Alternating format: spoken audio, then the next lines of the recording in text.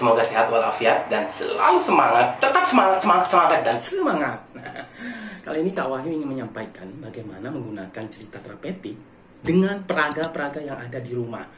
Jadi jangan pusing-pusing untuk membeli alat peraga yang ada di luar atau di toko-toko ya. Hemat cermat karena sekarang masih pandemi. Jadi hemat cermat bersahaja. Sehingga persediaan dana masih cukup untuk ke depannya ya. Nah, yuk kita simak kenapa penting diberikan cerita terapeutik kepada anak-anak. Nih, perhatikan. Di dalam kehidupan anak pasti banyak mengalami permasalahan. Dan berbagai masalah itu membuat anak merasa takut, jengkel, marah, dan bahkan tertekan. What's wrong? Help me, please, please, please. Help. Begitulah yang terjadi pada diri anak. Tidak hanya itu, rasa berbohong, ketakutan, sedih, dan tidak bahagia juga dialami anak-anak kita. Nah, permasalahan berbahasa, berbicara juga akan muncul. Begitu juga dengan permasalahan emosi dan bahkan perasaan yang terganggu.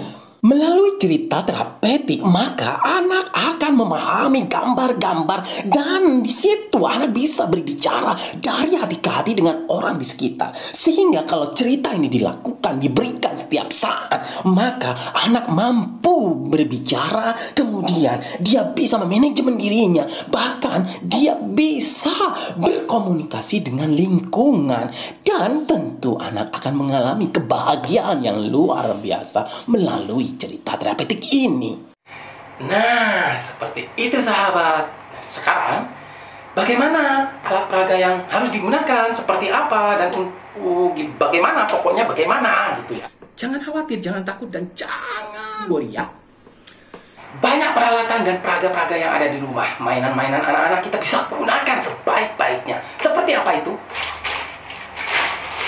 Kita bisa menggunakan mobil-mobilan yang ada di rumah. Biarkan anak sendiri yang memilih bentuk, jenis yang disukai. Umumnya, anak yang mengalami masalah emosi, dia suka membentur-benturkan mobil-mobilannya. Selain itu, kita bisa menggunakan karakter hewan-hewan yang kita punya di rumah. Biarkan anak memilih mana yang ia suka, baru kita jadikan tokoh dalam cerita. Selain hewan-hewanan, kita bisa menggunakan tokoh-tokoh imajinasi yang dipunyai juga. Tokoh-tokoh kartun kesukaan. Biarkan anak memilih sesuai dengan keinginannya, karena pilihan itu mewakili dari sifat-sifat dan problem emosi yang dia alami saat itu. Jenis mainan atau figurin biasanya ada yang artikulasi dan non-artikulasi. Artinya, kalau artikulasi bisa dibongkar-bongkar, kalau non-artikulasi tidak bisa. Selain dari itu, cerita terapeutik bisa menggunakan boneka-boneka yang ada di rumah. Ada boneka tangan boleh, ada boneka biasa boleh juga. Dan ini salah satu contoh boneka tangan, karakter hewan. Cerita terapeutik juga bisa menggunakan boneka jari.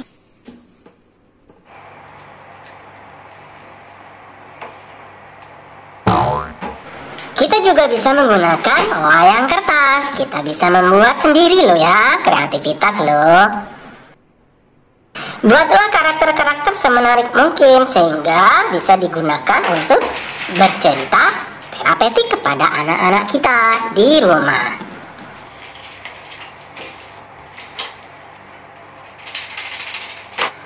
Kita juga bisa menggunakan peralatan atau material-material kerajinan tangan seperti manik-manik, tali, stick, dan peralatan seperti lem atau glue stick.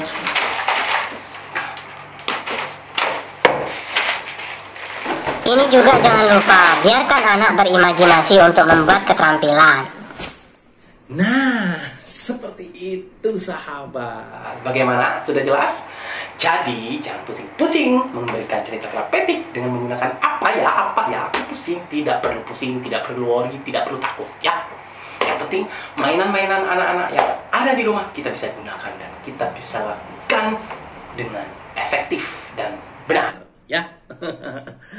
Baik, sampai di sini dulu dari Kak Wahyu. Tetap bercerita kepada anak-anak, lakukan dengan sebaik-baiknya, dengan hati dan ikhlas tentunya, ya.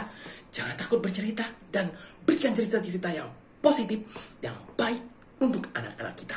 Dan tentunya cerita-cerita yang memotivasi mereka untuk selalu bangkit, selalu membangkitkan daya lenting mereka, sehingga mereka menjadi generasi yang luar biasa, yang hebat, dan memiliki mimpi-mimpi yang luar biasa demi masa depannya. Oke sahabat, terima kasih karena sudah nonton video Kak Wahyu. Jangan lupa ya, subscribe, kemudian tekan lonceng, and then klik like-nya. Sebarkan kepada sahabat-sahabat yang lain. Semoga bermanfaat video Kak Wahyu. Insya Allah Kak Wahyu akan membuat video-video yang lainnya, ya. Terima kasih dari Kak Wahyu. Bye-bye. Assalamualaikum warahmatullahi wabarakatuh.